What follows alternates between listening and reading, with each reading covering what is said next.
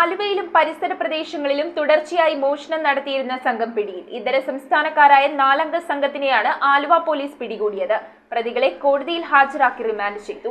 SM Nagaon സ്വദേശികളായ ഗുൽജാർ ഹുസൈൻ, അമീർ ഹുസൈൻ, രജാഖ് അലി, തെങ്കാശി സ്വദേശി മാരിമുത്തു എന്നിവരടങ്ങുന്ന മോഷണ സംഘത്തെയാണ് ആലുവ പോലീസ് പിടികൂടിയത്. അമ്പലങ്ങൾ, പള്ളികൾ, ആൾതാമസമില്ലാത്ത വീടുകൾ എന്നിവിടങ്ങളിൽ മോഷണം നടത്തി വരികയായിരുന്നു ഇവർ. മോഷണം മുതൽ സഹിതമാണ് പ്രതികളെ പിടികൂടിയത്. പകൽ സമയത്ത് മോഷണം ചെയ്യാനുള്ള സ്ഥലം കണ്ടെത്തി രാത്രി മോഷണം നടത്തി ലഭിക്കുന്ന മുതലുകൾ ആക്രിക്കടയിലും വിലപിടിപ്പുള്ള സ്വർണവും മറ്റും തമിഴ്നാട്ടിലെ കടയിലുമാണ് വിറ്റിരുന്നത്. പ്രതികളിൽ നിന്നും സ്ഥിരമായി മോഷണ മുതൽ വാങ്ങിയിരുന്ന ആക്രിക്കടക്കാരനെയും പോലീസ് അറസ്റ്റ് ചെയ്തു. മോഷണ കേസുകൾ അന്വേഷിച്ച് കണ്ടുപിടിക്കുന്നതിനായി ജില്ലാ പോലീസ് മേധാവി ഡോക്ടർ വൈഭവ് സക്സേനയുടെ മേൽനോട്ടത്തിൽ രൂപീകരിച്ച അന്വേഷണ സംഘത്തിൽ Aluva DYSP TR Rajesh, inspector MM Manjudas, SI മാരായ SS Sreelal, PM Saleem, CPO മാരായ മാഹിൻ ഷാ അബൂബക്കർ, മുഹമ്മദ് അമീർ, KM Manoj, PA Noufal, VA Afsal, KA Sirajuddin എന്നിവരാണ് ഉണ്ടായിരുന്നത്. കോടതിയിൽ ഹാജരാക്കിയ പ്രതികളെ റിമാൻഡ് ചെയ്തു. News bureau, Aluva.